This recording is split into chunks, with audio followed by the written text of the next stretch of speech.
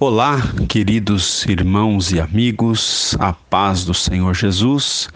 É o pastor Ronaldo Guedes Bezerra quem vos fala. E hoje, com a graça do Senhor, vamos dar sequência então ao nosso curso Panorama do Velho Testamento. Vamos continuar estudando o livro do profeta Ezequiel. Eu quero começar hoje, queridos, lendo o capítulo 28, do versículo 11 ao 17 do profeta Ezequiel. Esse texto também é importantíssimo no livro do profeta Ezequiel, então eu estou aqui destacando alguns textos do livro, para ler com vocês, conforme fiz com os livros de Isaías e Jeremias. E esse livro de Ezequiel, no capítulo 28, do versículo 11 ao 17, tem um texto importantíssimo, porque, segundo se entende, esse texto ele traz uma alusão à pessoa de Satanás, Ele traz uma alusão a Satanás e à queda de Satanás, Então, vamos ler aqui. Diz assim então o texto, Ezequiel 28, 11.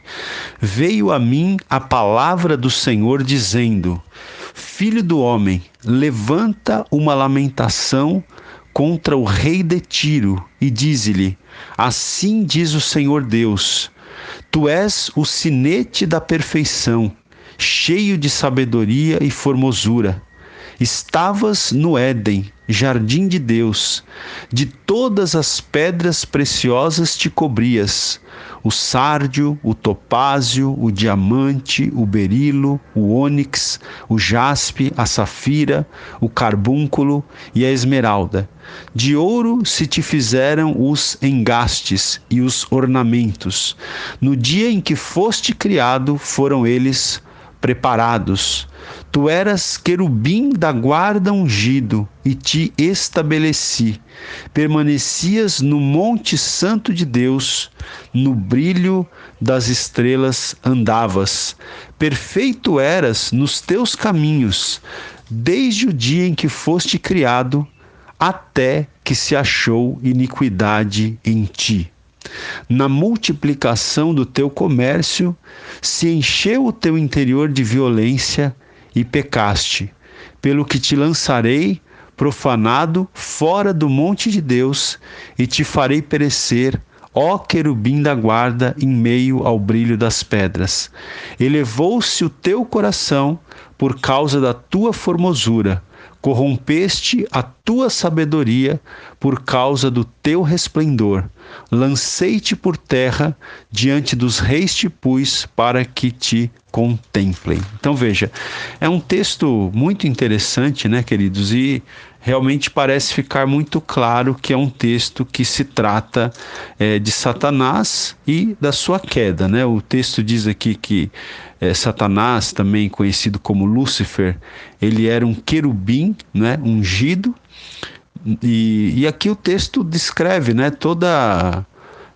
todo o esplendor, vamos dizer assim, em que Lúcifer vivia antes da sua queda, O texto usa expressões bastante interessantes para se referir, a esse querubim. Diz aqui: tu és o sinete da perfeição, cheio de sabedoria e formosura.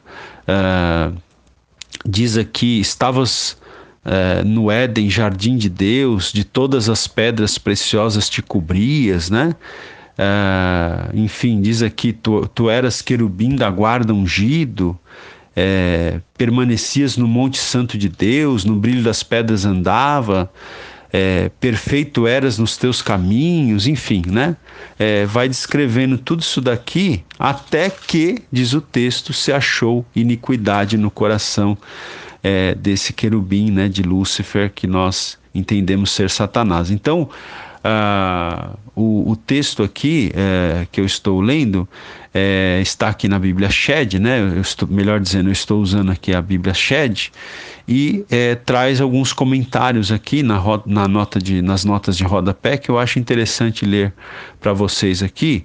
Veja que quando você lê esse texto, até o texto no versículo 12 diz: Filho do homem, levanta uma lamentação contra o rei de Tiro, Então, veja, na nota de rodapé aqui da Bíblia Shed diz o seguinte: na sua soberba, o rei de Tiro é semelhante àquele anjo que era revestido de glória, mas caiu até as profundezas por causa da sua soberba. Descreve bem a origem e a natureza de Satanás. Então, é uma profecia direcionada, aparentemente, a priori, para o rei de Tiro, mas que se aplica, não é, a Satanás, né, a Lúcifer, esse anjo caído, né? Então, o texto aqui diz, né, que esse texto descreve bem a origem e a natureza de Satanás. E ainda nos comentários aqui na nota de rodapé da Bíblia Shed diz: este ser aqui descrito era um anjo poderoso que viveu nos céus, né? E ainda mais abaixo continua a nota de rodapé aqui dizendo: compreende-se que há uma alusão à pessoa de Satanás e que a soberba entrega a pessoa nas mãos dele, porque Satanás caiu por causa da soberba, né? Então, assim como a Bíblia diz que Satanás é o pai da mentira, né? Que o diabo é o pai da mentira, eu penso que não é exagero a gente dizer que ele também é o pai da soberba, né? O texto aqui da nota de rodapé diz que a soberba entrega a pessoa nas mãos dele. Por isso, queridos, vigiemos em relação à soberba, né? O texto aqui na nota de rodapé continua dizendo que esse texto de Ezequiel 28 mostra a glória original do arcanjo que, como querubim, antes de sua queda, guardava a presença de Deus, vivendo no brilho das pedras, ou seja, vivendo no meio do fulgor de relâmpagos que para Deus serve como pavimento. E aí então, uma aplicação aqui, né? Até mesmo um arcanjo que se desligue do contato amoroso de Deus, nada mais faz com seus poderes sobrenaturais senão arruinar os homens e decretar a sua própria e eterna destruição, né? Então, não podemos jamais nos desligar do contato amoroso de Deus, né? Como Lúcifer fez, como tantas pessoas fazem. Nós temos que entender que nós dependemos de Deus e queremos estar na presença de Deus, devemos estar na presença de Deus para sempre. Esse texto então diz aqui, né, que fala do esplendor desse querubim, desse arcanjo, antes da sua queda, né? Fala do esplendor até, como diz aqui, até que se achou iniquidade em ti. E aí fala que na multiplicação do teu comércio se encheu o teu interior de violência e pecaste. Então, essa frase aqui, na multiplicação do teu comércio, talvez seja uma referência ao fato de que Lúcifer, ele não apenas se rebelou contra Deus, como ele também influenciou, né, boa parte dos anjos. Então aqui na multiplicação do teu comércio, então boa parte dos anjos foram influenciados por Lúcifer para se insubordinarem contra o Senhor e então, juntamente com Lúcifer, foram precipitados do céu, né, da presença de Deus. E aqui diz aqui que o interior de Lúcifer, desse arcanjo, se encheu de violência, né? Como diz aqui: pelo que te lançarei profanado fora do monte de Deus e te farei perecer, ó querubim da guarda, em meio ao brilho das pedras. Então, aqui o texto fala, né, coloca a expressão querubim, mas aqui a nota de rodapé também usa a expressão arcanjo, né? Diz aqui: mostra a glória original do arcanjo que, como querubim, antes de sua queda, guardava a presença de Deus.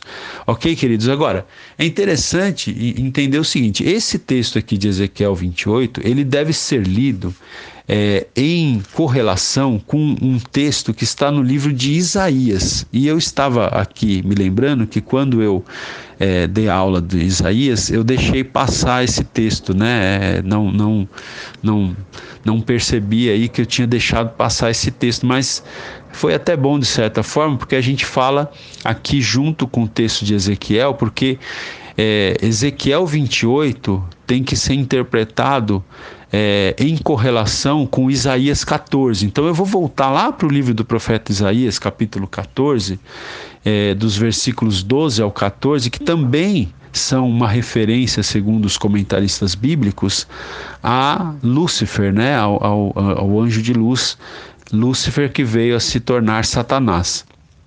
Então aqui, Isaías 14, versículo 12, diz assim: Como caíste do céu, ó estrela da manhã, filho da alva, como foste lançado por terra, tu que debilitavas as nações.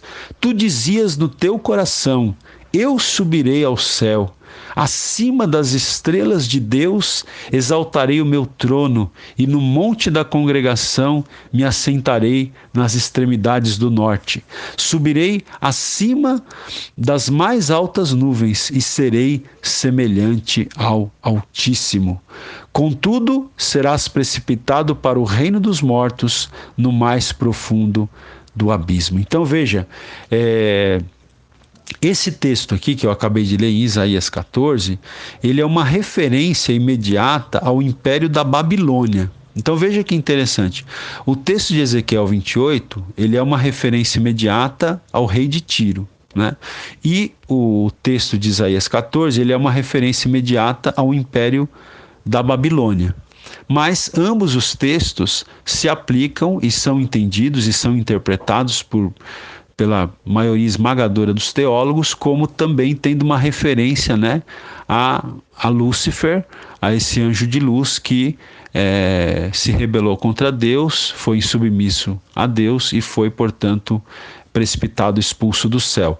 Aqui na Bíblia Shed, também na nota de rodapé do texto de Isaías 14, diz aqui então o seguinte, olha, a referência imediata, né, desse texto de Isaías 14 se aplica ao Império da Babilônia, rebaixado depois de se exaltar. Então, como diz a palavra, aquele princípio da Bíblia, né? Aqueles que se exaltam serão humilhados, né? Mas aqueles que se humilham serão exaltados. Então, Lúcifer se exaltou e foi rebaixado, foi humilhado, porque aqui o texto diz, né, que ele dizia no coração: eu subirei ao céu, acima das estrelas de Deus exaltarei o meu trono, né? Subirei acima das mais altas nuvens e serei semelhante ao Altíssimo, né? Então a pretensão de Satanás aqui, ser semelhante ao Altíssimo. Então, por essa exaltação de Lúcifer, ele foi rebaixado. E continuando aqui, a nota de rodapé diz: não se deixará de perceber aqui, nesse texto de Isaías 14, né? Não se deixará de perceber aqui uma aplicação a Satanás que, ao se exaltar contra Deus, foi rebaixado até o inferno. E o texto aqui de Isaías 14, versículo 12, usa a expressão estrela da manhã para se referir então, né, aqui a esse ser.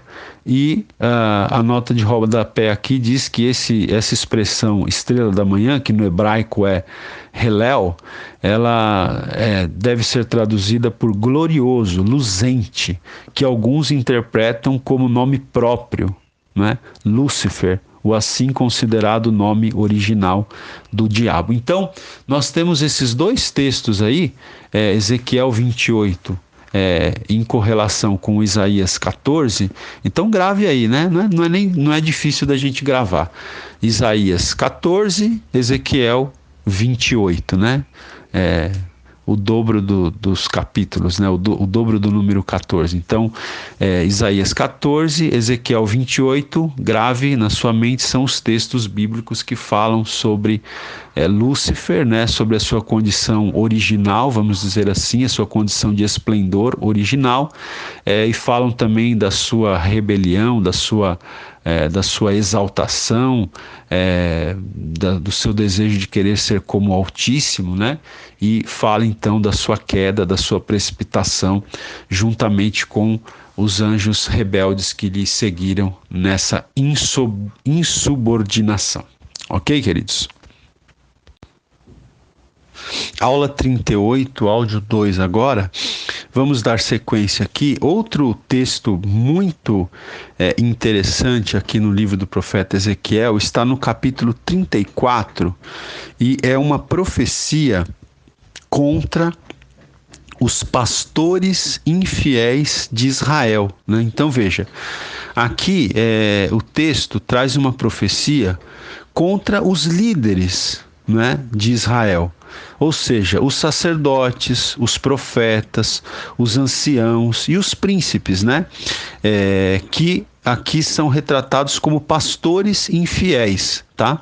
Agora, essa palavra que eu vou ler aqui não deixa de ter uma aplicação para os líderes espirituais do povo de Deus hoje, né? Para os pastores, para os líderes espirituais do povo de Deus em nossos dias. Então, olha o que diz aqui a palavra do Senhor em Ezequiel 34, a partir do versículo 1. Diz assim: Veio a mim a palavra do Senhor dizendo: Filho do homem, profetiza contra os pastores de Israel.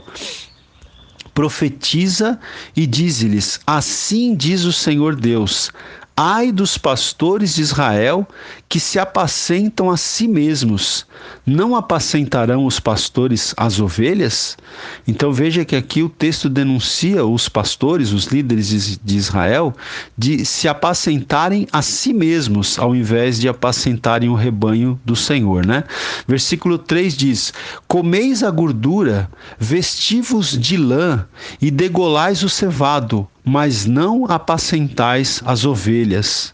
Então eles são acusados de comer a gordura, de se vestir da lã do rebanho, mas de não apacentar as ovelhas, né? Então, algo que a gente pode dizer que tem aplicação hoje, né? Infelizmente, nós temos hoje também os pastores que comem a gordura das ovelhas, se vestem da lã, né? Mas não apacentam o povo. Versículo 4 diz aqui: a fraca, né? A ovelha fraca não fortalecestes, a doente não curastes, a quebrada não ligastes, a desgarrada não tornastes a trazer, e a perdida não buscastes, mas dominais sobre elas com rigor e dureza. Então, ao invés de cuidar do rebanho, esses pastores dominavam sobre o rebanho, né? Versículo 5: assim se espalharam, né? As ovelhas se espalharam por não haver pastor e se tornaram pasto para todas as feras do campo. As minhas ovelhas andam desgarradas por todos os montes e por todo o elevado outeiro. As minhas ovelhas andam espalhadas por toda a terra, sem haver quem as procure ou quem as busque. Então, os pastores, os líderes de Israel, haviam deixado de procurar e de buscar as ovelhas que estavam desgarradas, né? Versículo 7: portanto, ó pastores, ouvi a palavra do Senhor. Tão certo como eu vivo, diz o Senhor Deus, visto que as minhas ovelhas foram entregues à rapina e se tornaram pasto para todas as feras do campo, por não haver pastor, e que os meus pastores não procuram as minhas ovelhas, pois se apacentam a si mesmos e não apacentam as minhas ovelhas, portanto, ó pastores, ouvi a palavra do Senhor. Assim diz o Senhor Deus: eis que eu estou contra os pastores, e deles demandarei as minhas ovelhas. Porei termo no seu pastoreio, e não se apacentarão mais a si mesmos.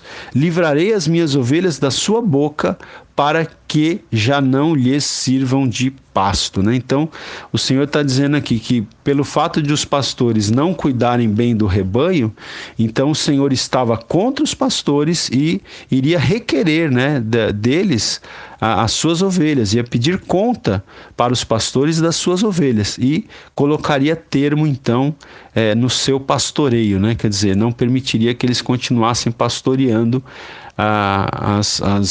as ovelhas de Israel. Então, gente, é um texto bem interessante, né? Até aqui na nota de rodapé da Bíblia Shed, diz aqui, né, que os líderes, no caso, os pastores, ou seja, os sacerdotes, os profetas, os anciãos e os príncipes, que, segundo Ezequiel 22, de 25 a 30, tinham negado o seu dever de lealdade a Deus, oferecendo ao povo tradições, visões, leis e costumes que não partiam da palavra de Deus, mas sim da vontade humana. Então, muito correlato com o que acontece nos nossos dias, né? Porque essa nota de rodapé está dizendo que no texto de Ezequiel 22, de 25 a 30, que a gente não vai ler, mas você pode ler depois, diz aqui que os líderes, os pastores de Israel, eles tinham negado o seu dever de lealdade a Deus e tinham oferecido ao povo o quê?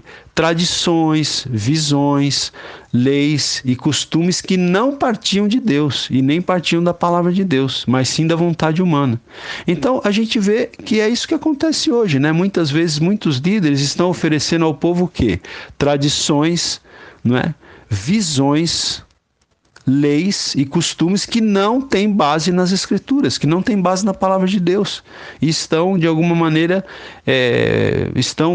de todas as maneiras, melhor dizendo, prejudicando o povo, né? Estão deixando de orientar o povo de acordo com a palavra de Deus, e sim orientando-os conforme a vontade humana. Então, é um texto bem relevante para os nossos dias, né? Um texto que a gente precisa meditar muito nele, principalmente os líderes do povo de Deus, principalmente os pastores da Igreja do Senhor Jesus. Queridos, vamos avançar aqui. Agora no capítulo 36 de Ezequiel, outro texto importantíssimo no livro do profeta Ezequiel, porque esse texto aqui é um texto que fala, né, que o Senhor haveria de colocar dentro do seu povo o seu espírito. Então, vamos ler aqui, esse texto aqui, na verdade, de Ezequiel 36, ele já é uma profecia, uma promessa de restauração do povo de Israel, né? Seria interessante ler mais versículos aqui, seria interessante ler pelo menos a partir do versículo 16 do capítulo 36, mas eu estou correndo aqui contra o tempo, então eu vou pegar aqui do versículo 24 do capítulo 36 de Ezequiel, que diz assim, né? O Senhor falando através do profeta Ezequiel, dizendo o seguinte: tomar-vos-ei de entre as nações e vos congregarei de todos os países e vos trarei para a vossa terra, né? Então veja que é uma promessa, porque a gente sabe que o povo judeu, né, o povo de Israel, eles foram ao longo dos séculos espalhados, né? É a chamada diáspora, né? Eles foram espalhados por muitas nações da terra, né? E embora iniciou-se um movimento de retorno à terra prometida no século passado, a partir da segunda metade do século passado, né? Na verdade, até desde o princípio do século passado, mas talvez mais fortemente a partir da segunda metade do século XX, como começou a ocorrer uma volta do povo, né, nesse período que eu estou citando, mas ainda assim nós temos que reconhecer que existem muitos judeus, né, espalhados por muitos países, por muitos lugares da face da terra. E o texto aqui está dizendo, né, tomar-vos-ei de entre as nações e vos congregarei de todos os países e vos trarei para a vossa terra. Então aspergirei água pura sobre vós e ficareis purificados. De todas as vossas imundícias e de todos os vossos ídolos vos purificarei. E agora olha o versículo 26, que é importante. Dar-vos-ei coração novo e porei dentro de vós espírito novo. Tirarei de vós o coração de pedra e vos darei coração de carne. 27. Porei dentre vós o meu espírito. Olha aqui que promessa linda, né? Porei dentro de vós o meu espírito e farei que andeis nos meus estatutos, guardeis os meus juízos e os observeis. Habitareis na terra que eu dei a vossos pais, e vós sereis o meu povo e eu serei o vosso Deus. Livrar-vos-ei de todas as vossas imundícias, farei vir o trigo e o multiplicarei, e não trarei fome sobre vós. E aí vai, né, falando várias promessas aqui, olha, verso 30, multiplicarei o fruto das árvores e a novidade do campo, para que jamais recebais o opróbrio, né, a vergonha da fome entre as nações. 31, então vos lembrareis dos vossos maus caminhos e dos vossos feitos que não foram bons. Tereis nojo de vós mesmos por causa das vossas iniquidades e das vossas abominações. Agora o verso 32, o Senhor destaca: não é por amor de vós, fique bem entendido, que eu faço isso, diz o Senhor Deus. Envergonhai-vos e confundi-vos por causa dos vossos caminhos, ó casa de Israel. Versículo 33, assim diz o Senhor Deus: no dia em que eu vos purificar de todas as vossas iniquidades, então farei que sejam habitadas as cidades e sejam edificados os lugares desertos. Lavrar-se-á a terra deserta, em vez de estar desolada aos olhos de todos os que passam. Dir-se-á, esta terra desolada ficou como o jardim do Éden. Olha só a promessa, né? Esta terra desolada ficou como o jardim do Éden. As cidades desertas, desoladas e em ruínas, estão fortificadas e habitadas. Então as nações que tiverem restado ao redor de vós saberão que eu, o Senhor, reedifiquei as cidades destruídas e replantei o que estava abandonado. Eu, o Senhor, o disse e o farei. Então, uma linda promessa, né? Uma linda promessa de restauração do povo na sua terra, de restauração da terra, né? E mais interessante aqui, dizendo que o Senhor lhes daria coração novo, né? Que colocaria lhes daria, colocaria dentro deles espírito novo, que tiraria o coração de pedra, daria coração de carne, que poria dentro do povo o espírito, né? O Espírito de Deus, né?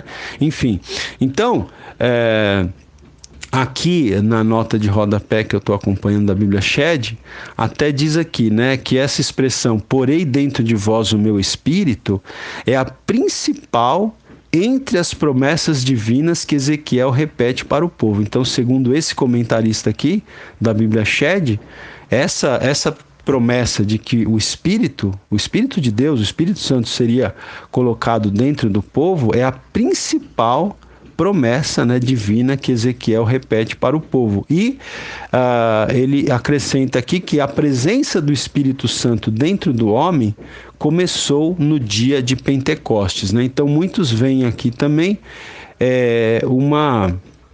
uma profecia, né? Uma promessa da vinda do Espírito Santo que seria dado e repartido não apenas para o povo de Israel, mas para todos aqueles que crescem em Cristo, né? Que colocassem a sua esperança e a sua fé no Senhor Jesus. Então, a presença do Espírito Santo dentro do homem começou no dia de Pentecostes.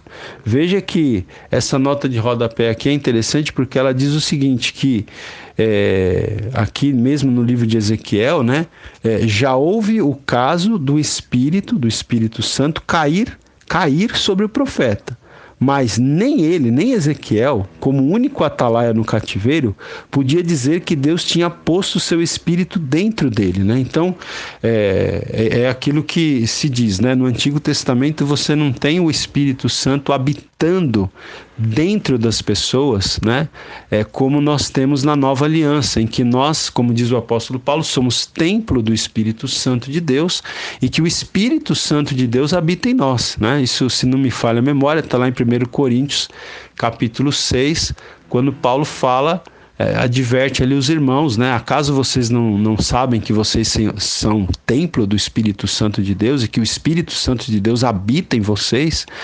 Então veja que na Nova Aliança, aquele que é salvo, aquele que é nascido de novo, ele é o templo do Espírito Santo. O Espírito Santo habita na vida do nascido de novo, né? Do salvo, daquele que colocou a sua fé no Senhor Jesus. Então, essa condição não existia na antiga aliança, né?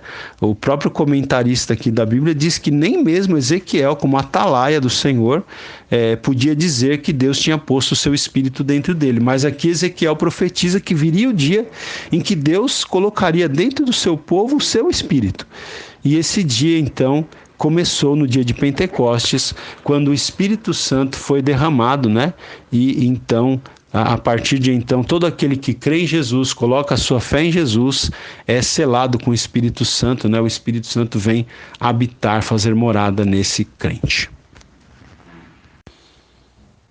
Aula 38, áudio 3. Gente, outro texto também famoso, vamos dizer assim, né, do livro do profeta Ezequiel, é o capítulo 37, que fala da visão de um vale. Aqui para vocês, Ezequiel 37, a partir do versículo 1, diz assim: veio sobre mim a mão do Senhor, ele me levou pelo Espírito do Senhor e me deixou no meio de um vale que estava cheio de ossos. Então, Ezequiel ele tem uma visão de que ele está no meio de um vale cheio de esqueletos, na verdade nem esqueletos, de esqueletos desconjuntados, né? Os esqueletos não estavam juntos, eles estavam todos desconjuntados, ossos secos, né? E aí ele diz aqui no verso 2, e me fez andar, né? O Senhor o fez andar ao redor desses ossos, eram muito numerosos na superfície do vale e estavam sequíssimos. Então o Senhor perguntou ao profeta: filho do homem, acaso poderão reviver estes ossos? O que você diria, querido aluno, se você estivesse numa situação dessa, né? Deus perguntou para o profeta: acaso poderão reviver estes ossos? Né? Humanamente falando, seria impossível, né? É como se fosse um cemitério, vamos dizer assim, né? Cheio de ossos espalhados para todos os lados. O que o profeta respondeu? Ele disse: Senhor Deus, tu o sabes. Verso 4, disse o Senhor ao profeta: profetiza a estes ossos e dize-lhes: ossos secos, ouvi a palavra do Senhor. Assim diz o Senhor Deus a estes ossos: eis que farei entrar o Espírito em vós e vivereis. Porém, tendões sobre vós, farei crescer carne sobre vós, e sobre vós estenderei pele, e porei em vós o espírito, e vivereis, e sabereis que eu sou o Senhor. Então, diz o profeta Ezequiel, profetizei segundo me for ordenado. Enquanto eu profetizava, houve um ruído, um barulho de ossos que batiam contra ossos e se ajuntavam cada osso ao seu osso. Então, o Senhor Deus disse ao profeta que ele deveria profetizar a esses ossos, né? E quando ele começa a profetizar, então, aqueles ossos que estavam todos espalhados, né? Eles começaram a se juntar, então, formando, vamos dizer assim, os esqueletos. E aí depois o versículo 8 diz: olhei e eis que havia tendões sobre eles, e cresceram as carnes, e se estendeu a pele sobre eles, mas não havia neles o espírito. Então, aqueles ossos se juntaram, formaram esqueletos, cresceram tendões e carnes, mas ainda não havia vida. Verso 9, então ele me disse, o Senhor disse: profetiza ao Espírito, profetiza ao Filho do Homem, e diz-lhe: assim diz o Senhor Deus, vem dos quatro ventos, ó Espírito, e assopra sobre estes mortos para que vivam. E aí ele diz aqui: profetizei como ele me ordenara, e o Espírito entrou neles, e viveram, e se puseram em pé, um exército sobremodo numeroso. Então, aqueles ossos desconjuntados passaram a ter vida agora e se tornaram um exército numeroso. Versículo 11, então me disse: filho do homem, estes ossos são toda a casa de Israel. Eis que dizem: os nossos ossos se secaram e pereceu a nossa esperança, estamos de todo exterminados. Portanto, profetiza e diz-lhes, assim diz o Senhor Deus: Eis que abrirei a vossa sepultura e vos farei sair dela, ó povo meu, e vos trarei à terra de Israel. Sabereis que eu sou o Senhor quando eu abrir a vossa sepultura e vos fizer sair dela, ó povo meu. Porém em vós o meu espírito, olha aqui novamente a promessa, né, do espírito. Porém em vós o meu espírito e vivereis, e vos estabelecerei na vossa própria terra. Então sabereis que eu, o Senhor, disse isto e o fiz, diz o Senhor. Então, gente, essa profecia aqui é interessante porque o que está acontecendo aqui é o seguinte, que o povo, né, na condição que ficou, desterrado, foi levado cativo, né, enfim, muitos anos no cativeiro, era praticamente impossível que esse povo retornasse à sua terra depois de tantas décadas e conseguisse reconstruir a terra, conseguisse se reorganizar novamente como povo, como nação, né? Tanto que o texto diz aqui que os próprios judeus diziam: os nossos ossos se secaram e pereceu a nossa esperança, estamos de todo exterminados. É o que eles falavam, eles tinham perdido completamente a esperança. Mas Deus traz essa profecia aqui para dizer que ainda que eles fossem como um grande vale de ossos secos, Deus os faria reviver, os ressuscitaria, os levantaria de novo e abriria, né, por assim dizer, a sepultura e faria com que eles voltassem para sua terra novamente e os estabeleceria lá, né? Essa é uma profecia aqui. E tem uma aplicação para nós, né, irmãos? Porque nós jamais devemos perder a esperança, né? Porque Deus é poderoso para mudar as situações, né? Assim como Deus mudou essa situação do povo de Israel, que era aparentemente imutável, né? Uma situação aparentemente impossível de se mudar, e Deus mudou, porque Deus realmente permitiu que o povo voltasse para a terra e reconstruísse o templo, reconstruísse os muros, enfim, você sabe da história lá de Esdras, de Neemias e tudo mais.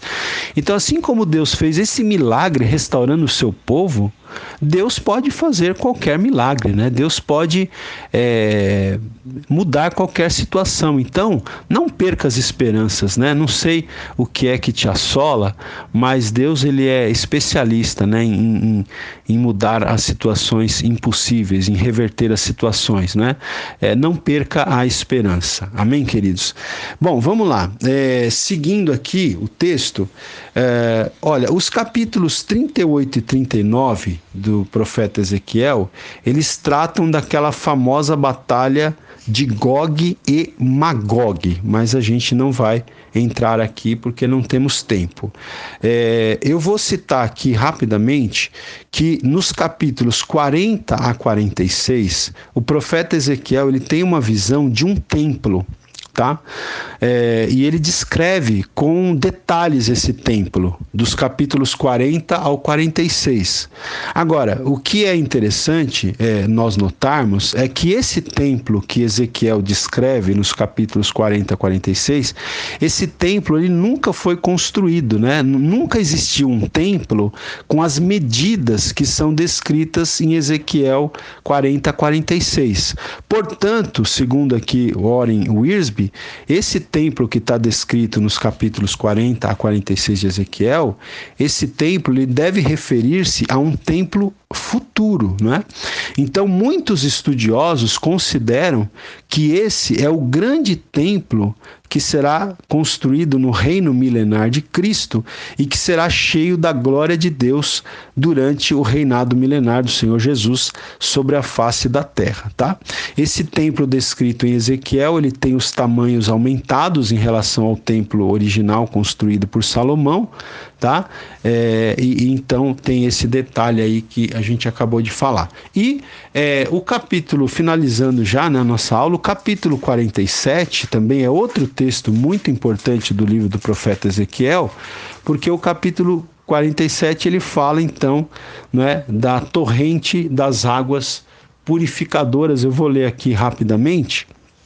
nessa visão que Ezequiel estava tendo do templo e tudo mais, continua aqui no capítulo 47 dizendo: depois disto, o homem, que seria um anjo que estava conduzindo Ezequiel nessa visão, me fez voltar à entrada do templo, e eis que saíam águas, veja, saíam águas de debaixo do limiar do templo. Então saíam águas de debaixo do templo para o oriente. Seguindo aqui, versículo 1 ainda, porque a face da casa dava para o oriente, e as águas vinham de baixo, do lado direito da casa, do lado sul do altar. Então veja que as águas, essas águas purificadoras, como está descrito aqui, elas saíam debaixo do templo, elas saíam do altar de Deus, ali no templo.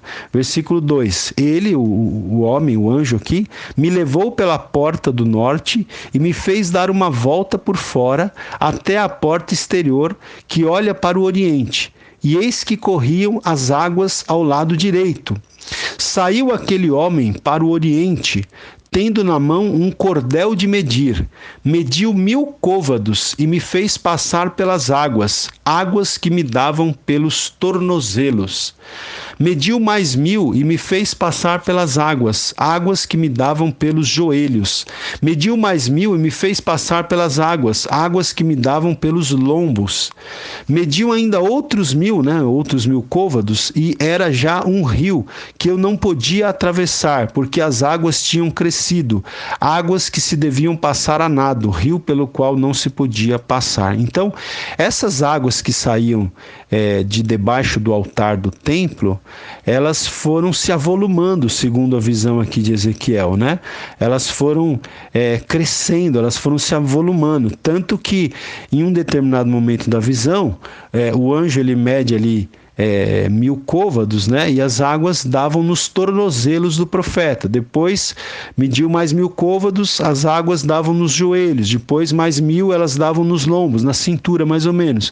E depois mediu outros 1000 côvados, e aí já não dava para atravessar mais o rio andando, senão nadando nas águas, senão mergulhando nessas águas, Então veja, o texto continua aqui citando, o versículo 6 diz assim: e me disse, aquele anjo então disse ao profeta Ezequiel: viste isto, filho do homem? Então me levou e me tornou a trazer à margem do rio. Tendo eu voltado, eis que à margem do rio havia grande abundância de árvores, de um e de outro lado. Então me disse: estas águas saem para a região oriental e descem a campina e entram no Mar Morto, cujas águas ficarão saudáveis. Então, esse rio que saía de debaixo do altar era um rio que, por onde ele passava, ele trazia vida, diz aqui de abundância de árvores, de um e de outro lado do rio. E diz que essas águas, elas entrarão no Mar Morto, que é um mar, como diz o próprio nome, morto, O Mar Morto é um mar que está lá na Palestina, que é altamente salgado, É um mar cuja salinidade é tão alta que não tem vida, nem peixe, nem nada, nem no mar e nem em volta do mar. Mas o texto está dizendo que as águas que sairão do altar, elas entrarão no Mar Morto e tornarão as águas do Mar Morto saudáveis, E o versículo 9 diz então que toda criatura vivente que vive em enxames viverá por onde quer que passe este rio, Este rio que sai de debaixo do altar, debaixo do templo. E haverá muitíssimo peixe, e aonde chegarem estas águas, tornarão saudáveis as do mar, e tudo viverá por onde quer que passe este rio, E aí ele vai descrevendo aqui, por exemplo, eu vou aqui para o versículo do versículo 12, diz assim: que junto ao rio, as ribanceiras de um e de outro lado, nascerá toda sorte de árvore que dá fruto para se comer. Não fenecerá a sua folha, nem faltará o seu fruto. Nos seus meses produzirá novos frutos, porque as suas águas saem do santuário. Olha, as suas águas saem do santuário. E o seu fruto servirá de alimento e a sua folha de remédio, gente? Então, veja, o Orrin Wiersbe diz aqui que a terra terra será renovada pela cura das águas do rio que brota do altar de Deus. Então Ezequiel descreve a cura da terra, a bênção do Senhor sobre a terra que ele escolheu para Israel, não é? E ele diz aqui ainda que nós vemos nesse rio, um rio doador de vida, uma bela imagem do Espírito de Deus, né? Então esse rio aqui que está descrito em Ezequiel 47 é uma imagem do Espírito Santo de Deus. O rio fica mais profundo, de modo que o profeta pode nadar nele. E aqui diz o Warren Wiersbe: que possamos sempre nos aprofundar nas coisas do Senhor e ficar fora das águas rasas. O rio traz cura e vida, assim como o Espírito cura e dá vida hoje. Então esse rio representa o Espírito Santo que traz cura e que traz vida, e que nós possamos nos aprofundar nessas águas, né? Que assim como o profeta teve que mergulhar nas águas porque já não poderia ser atravessada, né, a pé, que nós possamos mergulhar nas águas do Espírito, que nós possamos ficar longe da superfície, né, das águas rasas, melhor dizendo, e possamos mergulhar no Espírito de Deus. Ok, queridos? Assim termina a nossa aula do profeta Ezequiel. Deus abençoe a todos em nome de Jesus.